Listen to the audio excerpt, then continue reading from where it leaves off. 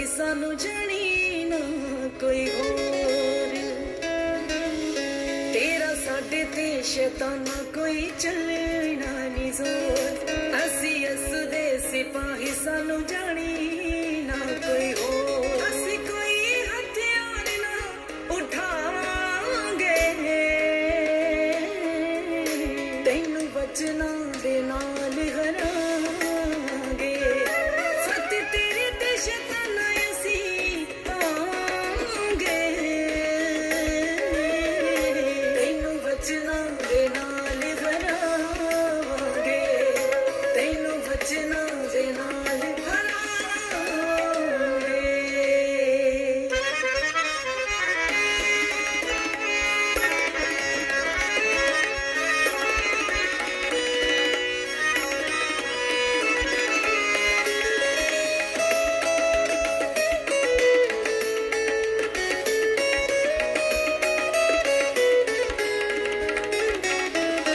ਅਸੀਂ ਵੱਧਦੇ ਰਹਾਂਗੇ, ਤੈਨੂੰ ਰੁਕਣਾ ਪਵੇਗਾ।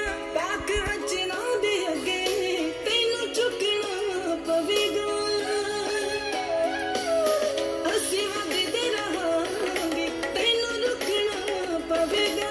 ਪਾਕ ਵਚਨਾਂ ਦੇ ਅੱਗੇ ਤੈਨੂੰ ਝੁਕਣਾ ਪਵੇਗਾ, ਤੈਨੂੰ ਝੁਕਣਾ ਪਵੇਗਾ। ਜਦੋਂ ਪਾਕ ਰੂਹ ਦੀ ਅਗਨੀ ਵਰਾਂਗੇ, ਤੈਨੂੰ ਬਚਨਾਂ ਦੇ ਨਾਲ ਹਰਾਵਾਂਗੇ, ਤੈਨੂੰ ਬਚਨਾਂ ਦੇ ਨਾਲ ਹਰਾਵਾਂਗੇ।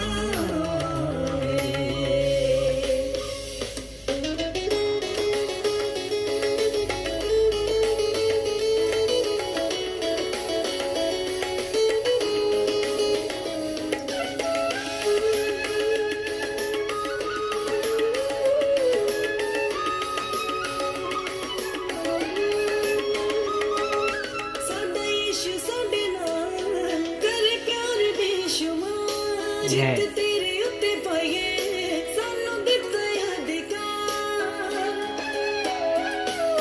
ਸਾਡਾ ਯੀਸ਼ੂ ਸਾਡੇ ਨਾਲ ਕਰੇ ਪਿਆਰ ਬੇਸ਼ੁਮਾਰ। ਜਿੱਤ ਤੇਰੇ ਉੱਤੇ ਪਾਈਏ ਸਾਨੂੰ ਦਿੱਤਾ ਅਧਿਕਾਰ, ਸਾਨੂੰ ਦਿੱਤਾ ਅਧਿਕਾਰ। ਉਸੇ ਅਧਿਕਾਰ ਨਾਲ ਜਿੱਤ ਜਾਵਾਂਗੇ,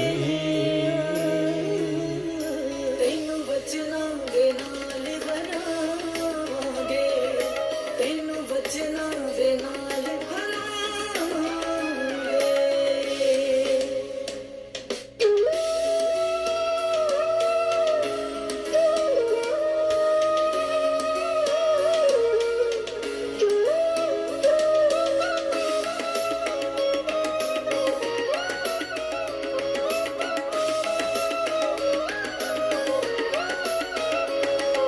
ਦੇਖ ਦੁੱਖ ਪਰੇਸ਼ਾਨੀ ਤੂੰ ਸਾਨੂੰ ਐਵੇਂ ਨਾ ਡਰਾ।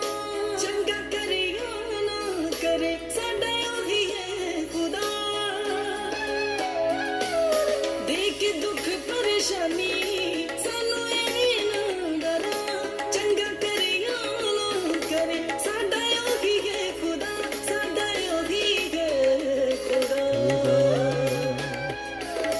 ਨਾ ਤੇਰੀਆਂ ਗੱਲਾਂ ਦੇ ਵਿੱਚ ਆਵਾਂਗੇ, ਤੈਨੂੰ ਬਚਨਾਂ ਦੇ ਨਾਲ ਹਰਾਵਾਂਗੇ, ਤੈਨੂੰ ਬਚਨਾਂ ਦੇ ਨਾਲ ਹਰਾਵਾਂਗੇ।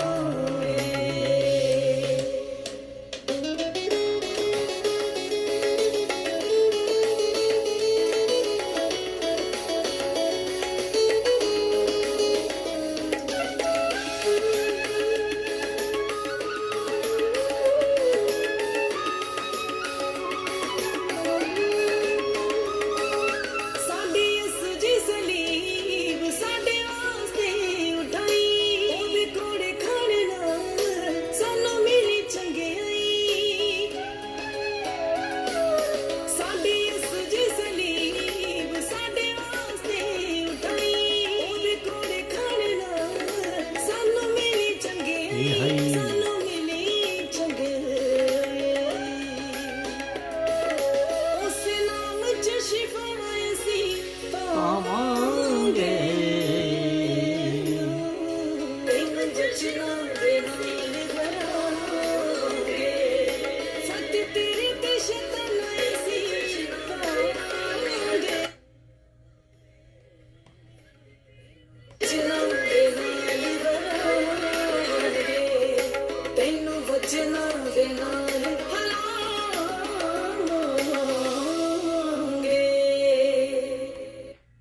Hallelujah, hallelujah, hallelujah.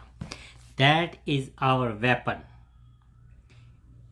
ਵਚਨ ਦੇ ਨਾਲ ਅਸੀਂ ਸ਼ੈਤਾਨ ਨੂੰ ਹਰਾ ਸਕਦੇ ਹਾਂ, ਨਾ ਕਿ ਅਸੀਂ ਆਪਣੀ ਤਾਕਤ ਦੇ ਨਾਲ, ਨਾ कि अपनी ऐसी किसी और तरीके के नाल। सो आइए हम अपने सिर को झुकाएं और फिर हम अपने प्रोग्राम को शुरू करेंगे।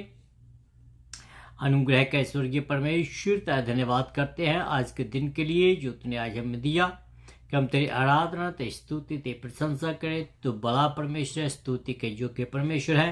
सारा इज्जत और जलाल प्रभु जी हम तेरे नाम को देते हैं और तेरे से निवेदन करते हैं पिता परमेश्वर के ये जो प्रोग्राम है, ये प्रोग्राम जो द लिविंग वाटर प्रोग्राम जो है पिता परमेश्वर, जितने भी सुने, जितने भी बाद में सब के सब आशीष पाएँ।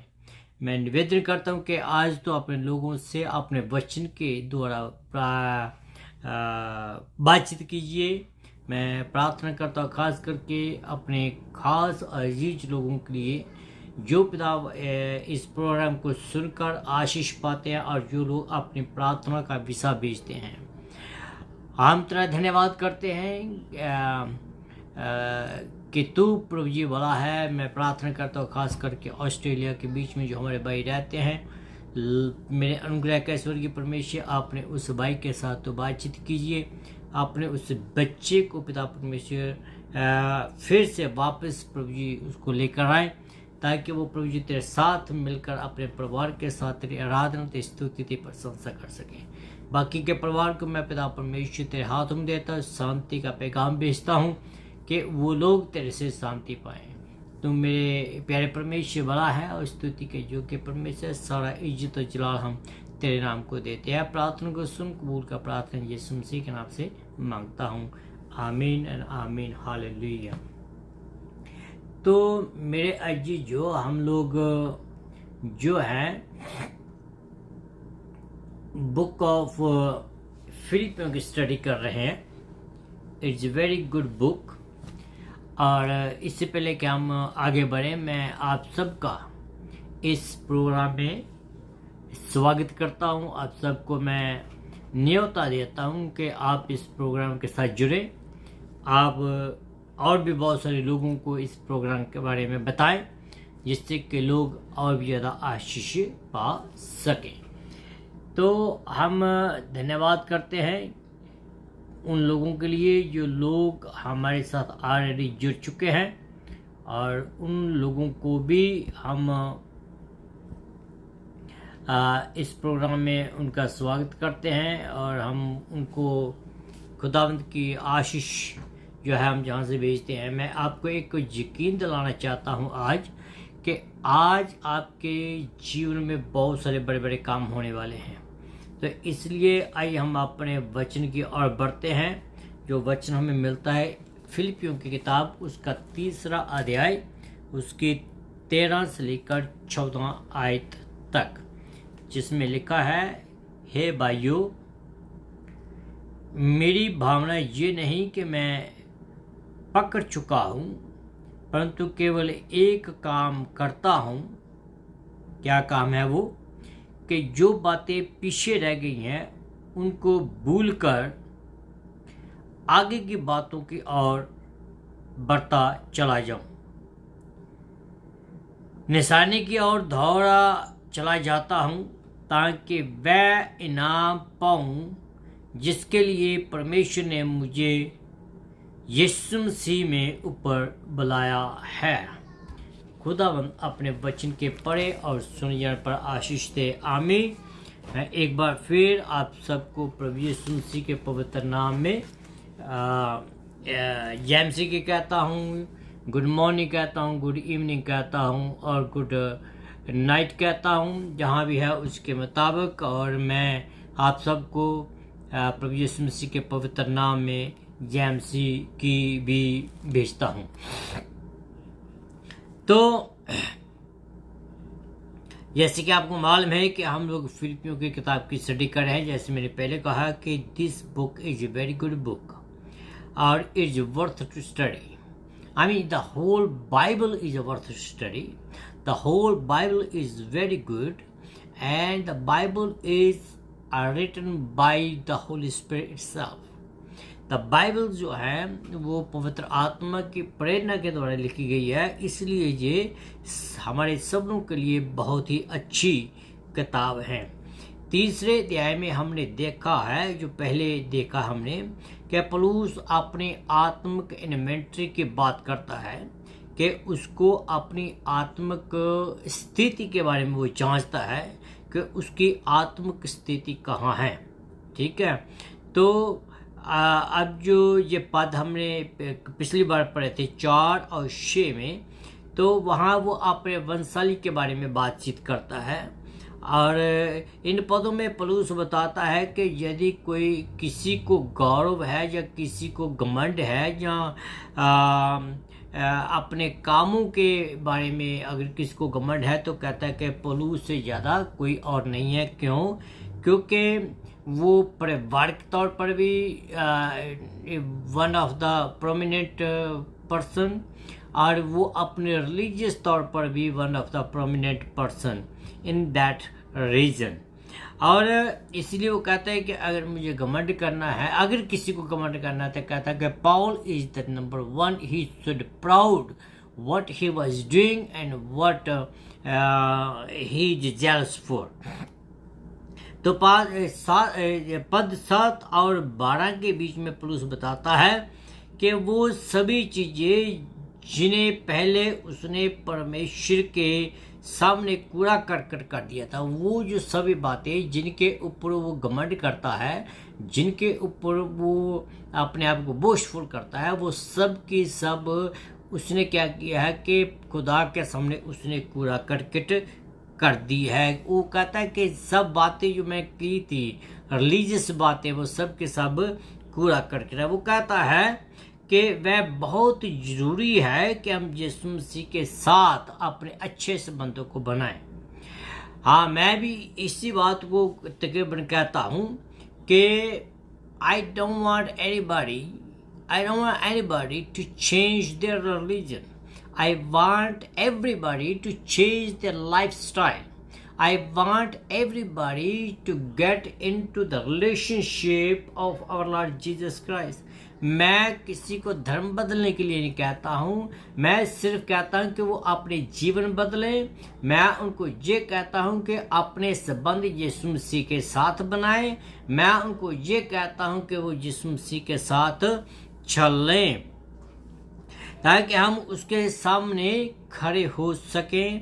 और खड़े हम इसलिए हो सके कि इनाम पाने के लिए। हाँ, एक बात मैं आपको फिर क्लियर करना चाहता हूँ, एक दिन हम सभी के सभी जो इस पृथ्वी पर आया है, हर एक ने खुदावंद यीशु मसीह के सामने खड़े होना है। कुछ लोग खड़े होंगे इनाम पाने के लिए, कुछ खड़े होंगे सदा की नरक में जाने के लिए। लेकिन एक बात मैं जरूर कहना चाहूँगा कि सब के सब जरूर खुदा के सामने खड़े होंगे। जैसे पौलुस कहता है कि उसकी धार्मिकता खुदा के सामने किसी भी काम की नहीं है। Okay, and we know about Paul कि जो पॉल था, he was a very jealous for his religion. He was a very active for his religion. पर वो कहता है कि मेरी जो रिलीजन थी, it is the rubbish before God. Nothing, किसी काम की नहीं है। पौलुस अपने जीवन के बारे में वो देखता है और सब कुछ वो कहता है कि अपने बारे में जब वो देखता है, उसने अपने मंजिल कहता है कि मैं अभी नहीं पाई। कहता है कि दाऊ मैंने सब कुछ छोड़कर यीशु मसीह के साथ चलना शुरू कर दिया है, पर उसकी जो मंजिल है वो कहता है कि मुझे अभी नहीं मिली है, मुझे आगे बढ़ना है।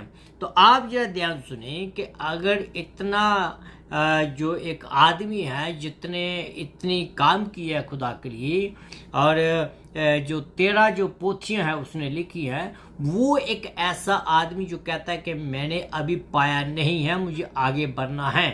तो आप और मैं तो बहुत दूर की बात है। मैं आप सबको ये बताना चाहता हूँ कि हमारे में बहुत सारे ऐसे लोग हैं जिन लोगों ने खुदा पर विश्वास किया है और स्वर्ग की राह पर चलते जा रहे हैं। मैं इस बात को यकीन करता हूँ कि जब हम में से कोई भी यीशु मसीह के बगैर हम कोई भी खुश नहीं रह सकते हैं। We cannot have the eternal life without Jesus Christ. And the person who doesn't have the eternal life, though he may live happily, though he may live a luxury life, but eternally or spiritually he is not a happy person. तो इसलिए जो खुश है बिना यीशु के, यह ध्यान से सुनिए, जो खुश है बिना यीशु मसीह के वो आत्मिक तौर पर खतरे में है। The people who claim themselves they are very happy without Jesus Christ. They don't need Jesus Christ. A lot of millions people they say that, oh we don't need Jesus Christ. और जो कुछ मुझे चाहिए था मुझे मिल गया है. Everything I have, I don't need anything else. These people spiritually they are in dangers. तो इसलिए मैं आपको कहता हूँ कि we need to build our relation with Jesus Christ. जब हमें संतुष्टि मिल जाती है, जब हम संतुष्ट हो जाते हैं तो हम आत्म संतुष्ट हो जाते हैं। जब हम आत्म संतुष्ट हो जाते हैं तो हम विकसित करना बंद कर देते हैं। मीनिंग कि जब हम खुश होते हैं, जब हम संतुष्ट हो जाते हैं तो हम क्या करते हैं कि हम आगे की ओर नहीं बढ़ते हैं, हमारी जो तरक्की है वहीं की वहीं रह जाती है। एक मैं दुनियावी उदाहरण देता हूँ कि जब कोई आदमी जिसको को अच्छी खासी जॉब मिल जाती है तो अगर वो उसी जॉब पर टिका रहता है, आगे बढ़ने की कोशिश नहीं करता है, वो वहीं पर खुश है, तो वो आगे की तरक्की नहीं देख पाएगा। Why? Because he is happy whatever he is. Okay? So we always need to look forward that what God is going to do in your life. What God is going to do in your life. So that's why we have to look forward. तो आगे जब हम बढ़ते हैं, ये सब के लिए सच है और हमारे लिए भी सच है कि जब हम संतुष्ट हो जाते हैं तो खतरे के जो बादल हैं वो हमारे सिर के ऊपर गरजने लगते हैं। तो इसलिए मेरी यही प्रार्थना है हम सब के लिए कि हम में से कोई भी इस कैटेगरी में ना पाया जाए। हम अपने आप को आत्मिक तौर पर ये ना कहे कि मैंने पा लिया है। संत पुरुष जो इतना बड़ा खुदा का खादिम है वो खुद कहता है कि मैंने अभी नहीं पाया है, कहता है कि मैं उस निशानी की ओर बढ़ता चला जा रहा हूँ। वो संतुष्ट नहीं हुआ है स्पिरिचुअली, तो why we get in settle spiritually.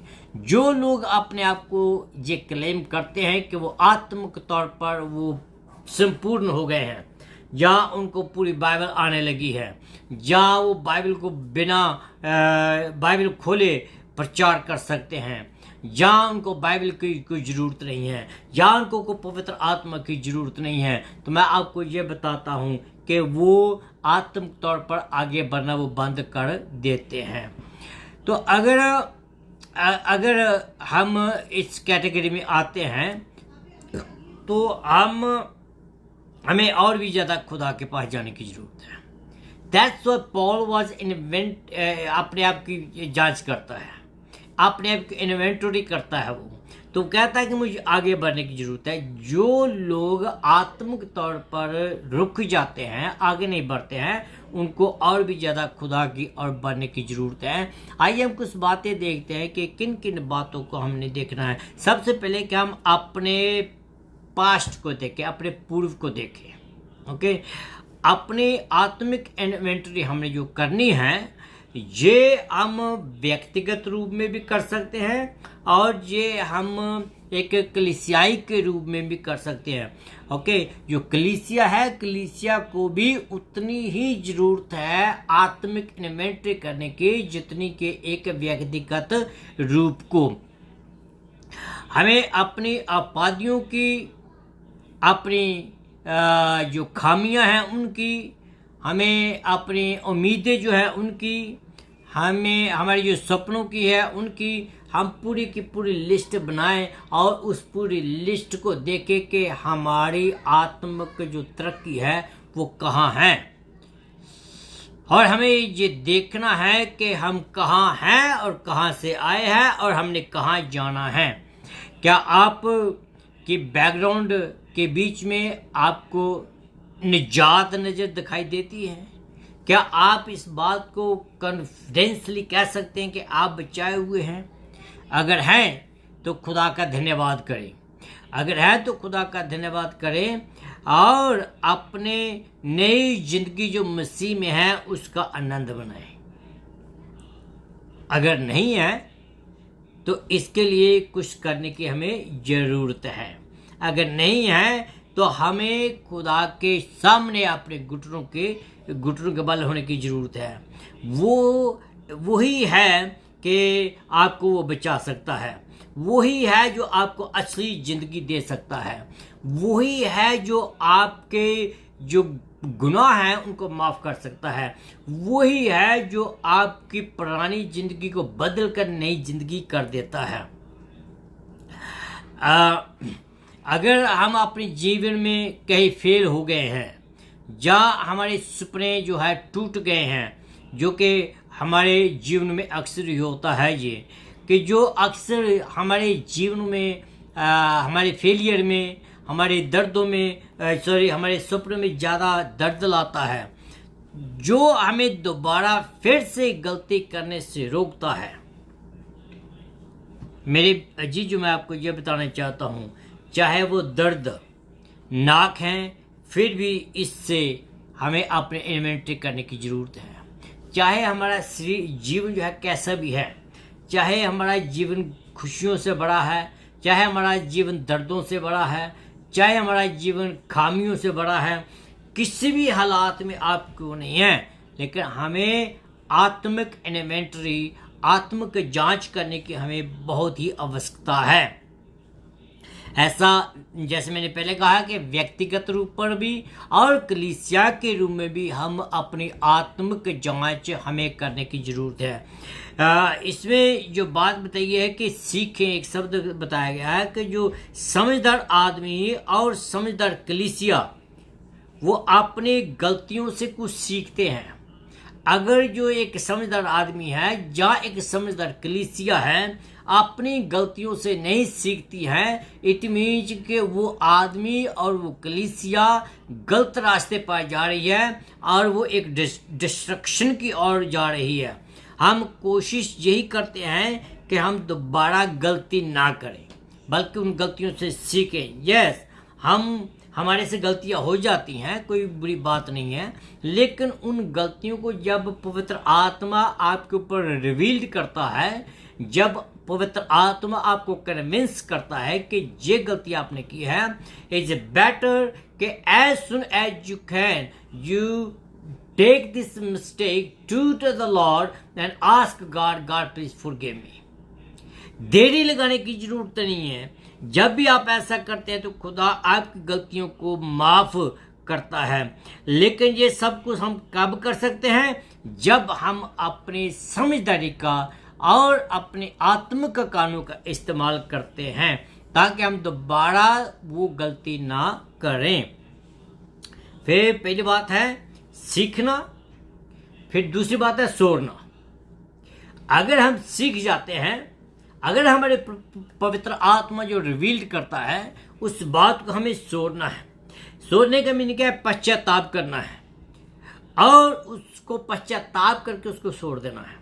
ठीक है, जब हम अपनी इन्वेंटरी आत्मिक जांच करते हैं, अपने आप को करते हैं, तो और हम अपनी गलतियां जहाँ अपने जीवन में कोई पाप पाते हैं तो उनको वही के वही छोड़ दें।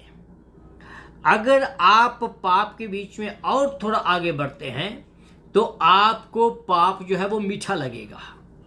जब वो पाप मीठा लगेगा तो जब और भी आगे बढ़ते हैं तो एक दिन ऐसा आ जाएगा कि आप उस पाप को पाप करके मानेंगे नहीं।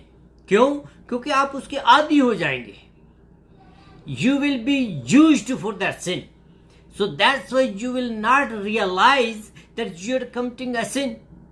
जब आप इस बात को रियलाइज नहीं करेंगे कि आप जो गुनाह कर रहे हैं तो उसको छोड़ेंगे कैसा।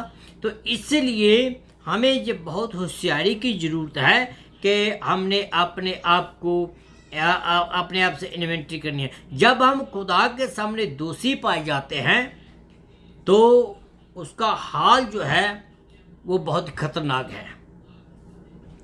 और जब हम अपने आप को दोषी पाए जाते हैं और हम उसको खुदा के सामने जाते हैं तो खुदा जब हमें पश्चाताप की जो माफ़ी दे देता है, गुनाह की माफ़ी दे देता है, तो हमारा जो जीवन है वो बहुत ही आसान हो जाता है।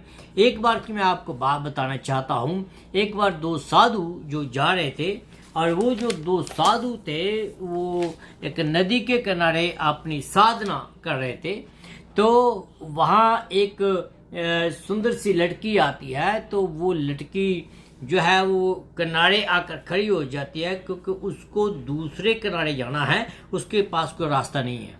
तो वो साधु उसको पूछने लगे कि बेटा क्या हम आपकी कोई सहायता कर सकते हैं। तो कहती हाँ मुझे दूसरे किनारे जाना है। तो उन लोगों ने क्या किया, एक साधु ने उस लड़की को अपनी गोदी में उठाया और जाकर दूसरी किनारे लगा दिया। तो जब वो घर में गए और जब वो सोने लगे तो एक साधु जो उसके साथ था वो कहने लगा कि वो लड़की तो बहुत सुंदर थी। तो कहता कि लेकिन हमें तो कहा गया है कि हमने किसी की और बुरी नज़र से नहीं देखना है, हमने किसी को टच नहीं करना है, लेकिन तूने तो उसको उठाया है। तो जिस साधु ने उसको उठाया था वो कहने लगा कि भैया मैंने उस लड़की को उठाया, उसकी मदद की और उसको दूसरे किनारे लगा दिया और छोड़ दिया, लेकिन तू तो अभी भी उसको अपने दिमाग में उठाए बैठा है, तू तो अभी भी उसको नहीं निकाल रहा।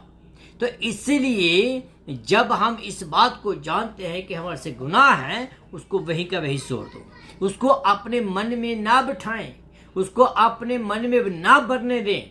जब हम उसको अपने मन में भरने देते हैं तब प्रॉब्लम होती है। तो आइए हम एक आगे बढ़ने से पहले एक और गाना सुनेंगे और उसके बाद हम आगे फिर बढ़ेंगे। बहुत प्यारा गाना है, मेरा लिखा हुआ गाना है और भाई पास्टर राजू रंगीला ने ये गाया है। दुनिया में आजमाइशों से मैं हंस के लड़ूंगा। यस, दुनिया में आजमाइशों से मैं हंस के लड़ूंगा। मैं न डरूंगा, मैं न डरूंगा।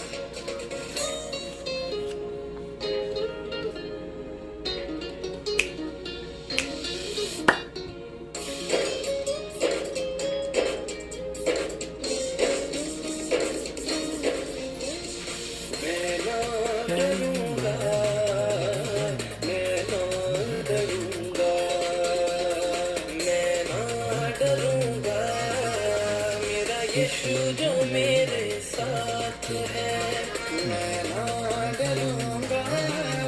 मेरा यीशु जो मेरे साथ है, गिरने नहीं वो देगा मुझको, हमें मेरा हाथ है। गिरने नहीं वो देगा मुझको, हमें मेरा हाथ है।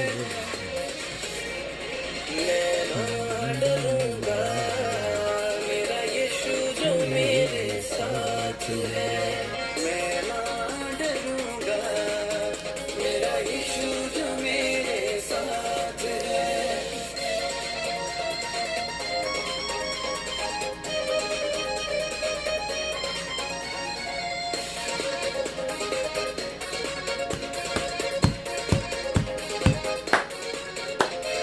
चाहे आए आंधी, चाहे तूफान, चाहे घबराए सारा जहां, चाहे आए आंधी, चाहे तूफान, चाहे घबराए सारा जहां, फिर भी हाथों मेरा काम है, मुझको ये विश्वास है। मैं ना डरूंगा, मेरा यीशु जो मेरे साथ है। मैं ना डरूंगा, मेरा यीशु जो मेरे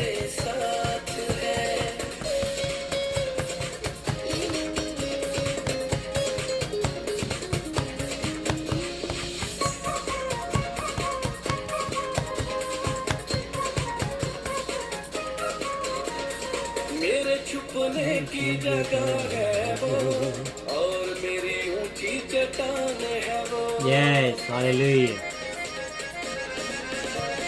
मेरे छुपने की जगह है वो, और मेरी ऊंची चट्टान है वो। वादा जो उसने मुझसे किया है, हरदम मेरे साथ है। मैं ना डरूंगा, मेरा यीशु जो मेरे साथ है। मैं ना डरूंगा, मेरा यीशु जो मेरे साथ है।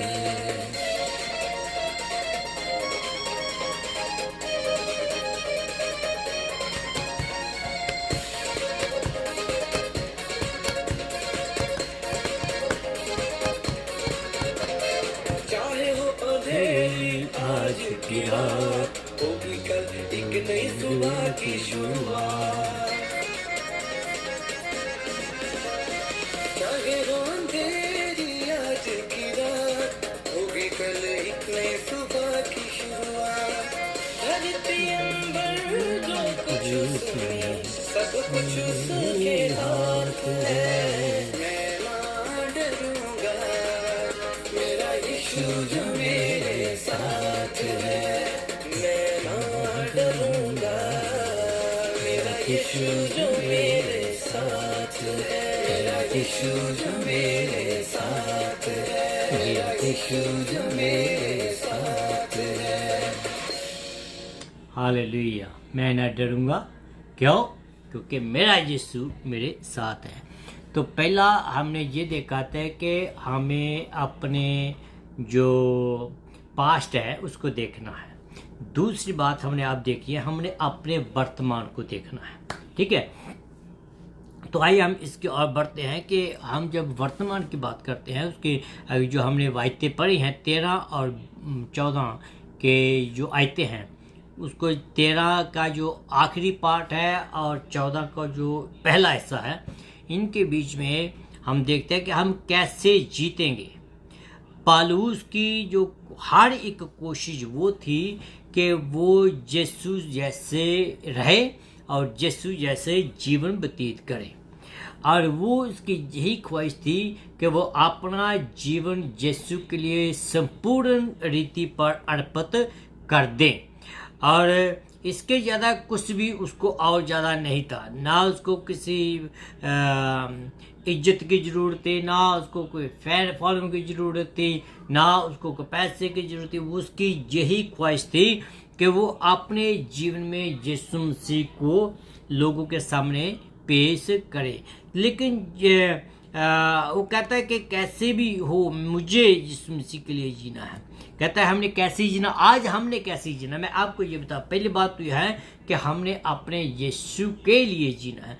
ये पलूस की ये साधना थी, ये पलूस का ये जीवन का मोटिव था, ये पलूस की ये ख्वाहिश थी कि वो अपने यीशु के जैसे जिए।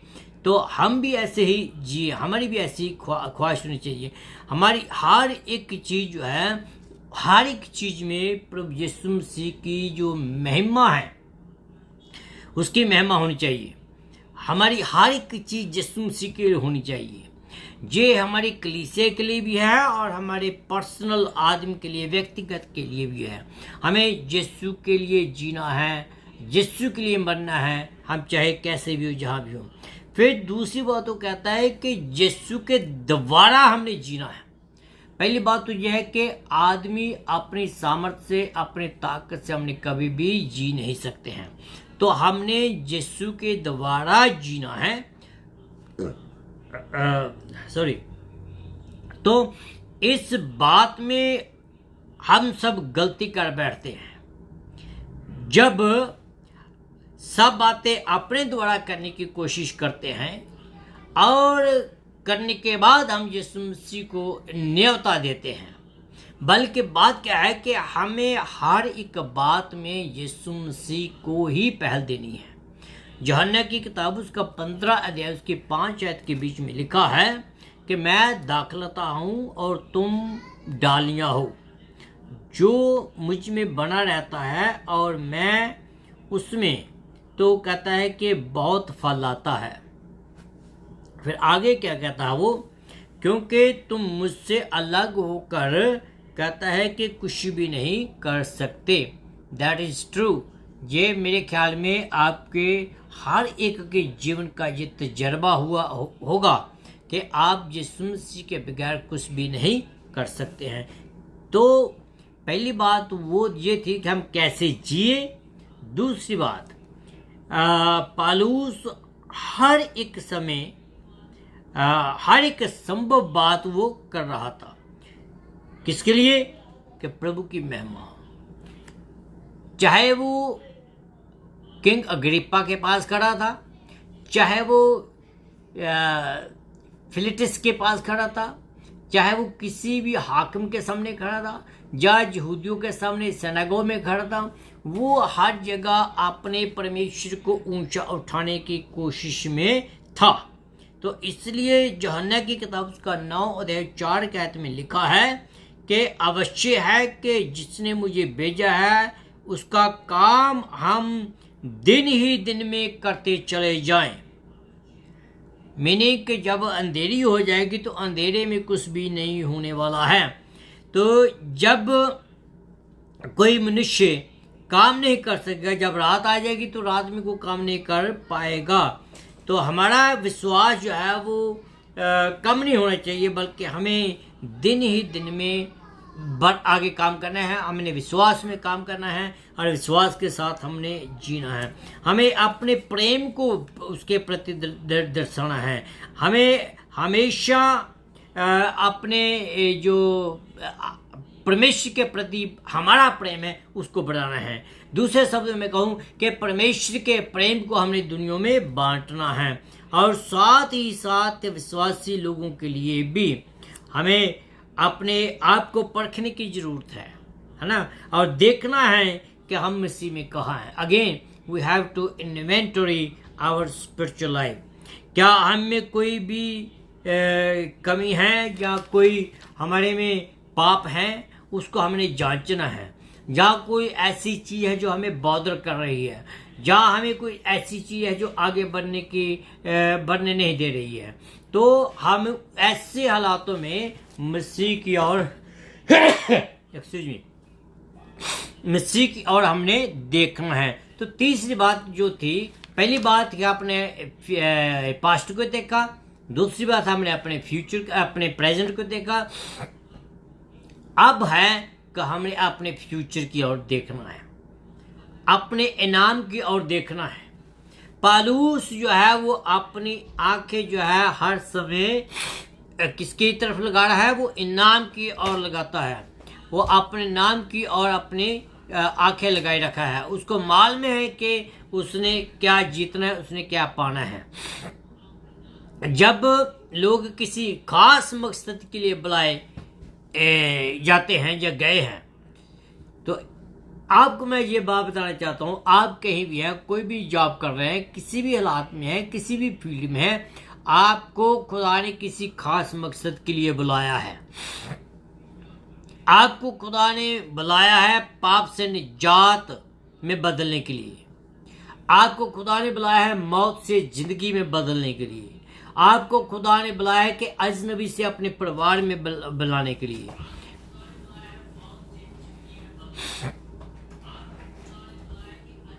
तो खुदावंद ने आपको बुलाया है किसी खास काम के लिए, और आप इस बात को ना भूलें। खुदावंद ने आपको एक असाइनमेंट दिया है। तो आगे जब हम बढ़ते हैं, दूसरी बात कि हम उसकी पवित्र बहलाट में सहभागी हमने होना है। हम संसार से अलग होने के लिए बुलाए गए हैं। संसार और हमारा कोई तल्लुक नहीं है। Though we live in this world, but we are not from this world. नए जन्म पाए हुए के कारण हमें ऐसा जीवन जीना है कि हम अपने आप को नहीं, बल्कि अपने परमेश्वर के नाम को हमें जलाल देना है। खुदा की ख्वाहिश भी यही है मेरे और आपके लिए कि हम लोग उसी के नाम को जलाल दें, हम उसी के नाम को ऊंचा उठाएं, हम उसके स्वर्गीय भलाहट में शामिल होना है। जैसे मैंने पहले कहा है, हम ऐसी दौड़ में लगे हुए हैं, कभी हम इस दुनिया की दौड़ में आगे हो जाते हैं, कभी हम पीछे हो जाते हैं। ज़्यादातर ये ज़िंदगी जो है बस गमसान सी बन के रह जाती है, गुंजलदार से बन के ये ज़िंदगी रह जाती है। इस ज़िंदगी को हम समझ नहीं पा रहे कि क्या हो रहा है, लेकिन जो लोग खुदा को जानते हैं उनको उनकी ज़िंदगी का मकसद पता है कि वो कहाँ किस लिए जहाँ है। एक दिन इन सब को हमने पीछे छोड़ना ही है। ये ज़िंदगी की जो दौड़ है इनको हमने पीछे छोड़कर हमने अपने प्रभु को साथ जाकर मिलना है। और इसी दौड़ में पौलुस लगा हुआ है। पौलुस दुनिया की दौड़ नहीं दौड़ता है, पौलुस आत्मिक दौड़ दौड़ता है। और हमें भी आज आत्मिक दौड़ दौड़ने की ज़रूरत है, ना कि दुनियावी दौड़। तो जब हम आगे बढ़ते हैं, तो जब हमें आगे बढ़ना है तो हमें पीछे मुड़कर वापस देखने की ज़रूरत नहीं है। जो भी आपके पास है, मैं विश्वास की बात करता हूँ, जो भी आपके पास है उसको थामे रखें, पीछे मुड़कर मत देखें, बस आगे ही आगे ध्यान रखें। जैसे एक जो घोड़ा है, उसके आँखों के ऊपर वो ऐनक लगाई होती है, वो सिर्फ अपने सामने ही देखता है, आसपास नहीं देखता। इसी रीति से मसीही रेस जो है वो हमें आगे ही आगे देखने की ज़रूरत है। एक दिन हम अपने स्वर्गीय घर में जाएंगे, ये परमेश्वर का वादा है, उसने हमारे लिए अपने जगह तैयार की है। जब हम इस को ख़त्म करेंगे, पर हाँ, तो सवाल ये है कि आप में से कुछ लोग चाहते हैं, आप में से कितने लोग ये चाहते हैं कि आप उस स्वर्गीय घर में जाएं? क्या आप में से कितने लोग जो चाहते हैं कि जो जिंदगी आप जी रहे हैं उस जिंदगी से आप खुश हैं? आप क्या अपने जीवन को किस रीति से देखते हैं? अपने आत्मिक जीवन को किस रीति से देखते हैं? तो मैं आपसे ये कहना चाहता हूं, क्या आप सिर्फ चर्च तक ही सीमित हैं, जहां आप सिर्फ अपने जीवन में आगे बढ़ना चाहते हैं या नहीं? अगर ऐसा है तो अभी भी आपके पास समय है। अभी अपनी जीवन जो खुदा के साथ शुरू करें। उस करने का तरीका को हमें कोई कहीं तीर्थ यात्रा पर जाने की जरूरत नहीं है, हमें किसी पवित्र स्थानों में जाने की जरूरत नहीं है। आप जहां भी है इसी समय जो मेरी आवाज़ को सुन रहा है, उसी जगह पर बैठकर आप अपने आप को खुदा के हाथों में दे सकते हैं। और खुदा वादों का पक्का है, वो जरूर आपके जीवन में आएगा और आपको बहुत अधिक बरकत देगा। तो आइए हम एक और गीत गाते हैं और इसके बाद मैं आपसे इजाज़त चाहूँगा।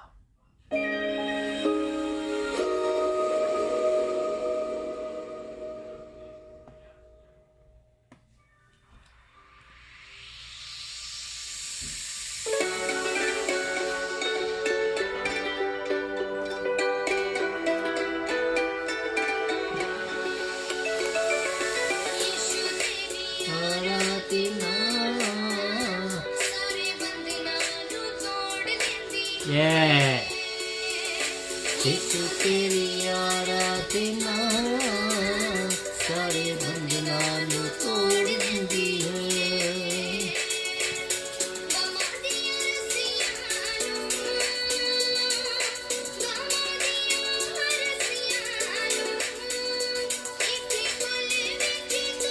देंदी है तेरी आराधना।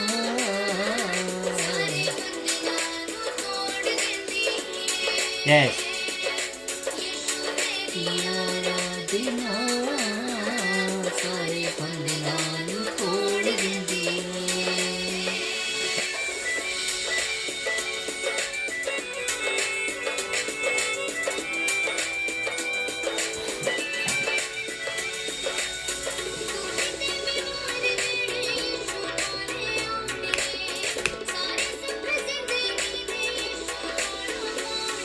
Yes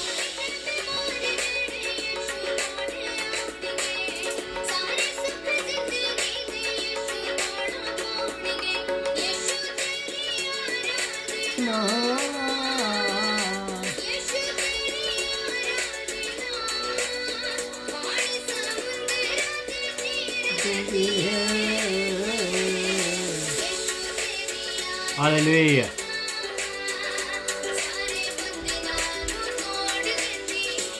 yes